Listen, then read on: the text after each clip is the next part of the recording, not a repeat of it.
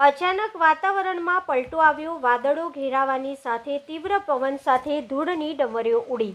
સોમવારે સવારથી જ અસહ્ય ગરમી સાથે ઉકળાટભર્યું વાતાવરણ સર્જાતા લોકો ત્રાહિમામ પોકારી ઉઠ્યા હતા। મે મહિના દરમિયાન ગરમીનો પારો 40 ડિગ્રીની આસપાસ રહેતા લોકો સાથે સાથે મૂંગા પશુ પક્ષીઓ ત્રાહિમામ પોકારી ગયા હતા।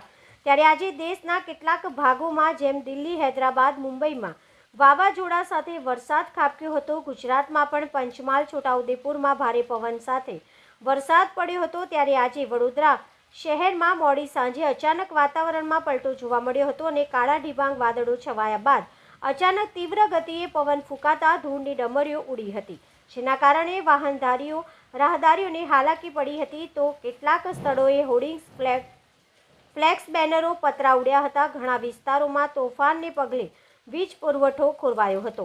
ઇન્ટરનેટ બંધ થતાં ઘણા ઓફિસોમાં કામકાજ અટવાયું હતું। ધૂળની ડમરીઓથી રોડ પર વાહનધારીઓને સલામત સ્થળે ઊભા રહેવાની ફરજ પડી હતી।